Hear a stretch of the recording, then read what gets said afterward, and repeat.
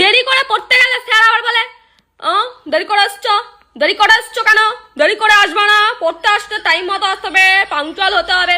আরে স্যার আমি এসছি এটাই বড় কথা, আমি যে পড়তে আসছি আমি এটাই বড় কথা। আপনার এই 4টের সময় শীতকালের ব্যাচে আমি গেছি এটাই বড় কথা।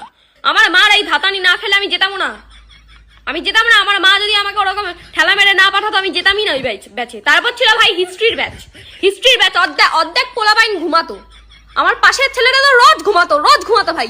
আর ওকে মানে স্যার কিছু বলতেও না, ওকে স্যার দেখতে আসলে ওনার নিজেরই ঘুম পেতো, উনি লোককে কি বলবে। কিন্তু এমনও সময় ছিল না মানে যখন মানে আমি ঢুকতাম দেরি করে, কিন্তু স্যার না সেটা কিছু পাত্তা দিত না, মানে তোয়াক্কা করতো না যে ঠিক আছে দেরি করে এসছে, ঠিক আছে, মানে হয়তো পাত্তা দিত না বা কোনো একটা ব্যাপার ছিল। কিন্তু স্যারের পেছন ছাড়া কিছু লোকজন ছিল যারা হচ্ছে গিয়ে স্যারকে মনে করিয়ে দিত, স্যার ও কিন্তু রোজ এখন দেরি করে আসছে, দেখুন স্যার এতদিন কিন্তু এরম দেরি করতো না, এরম দেরি করলে তো অর্ধেক পড়া হয়ে যাচ্ছে স্যার। তোর কি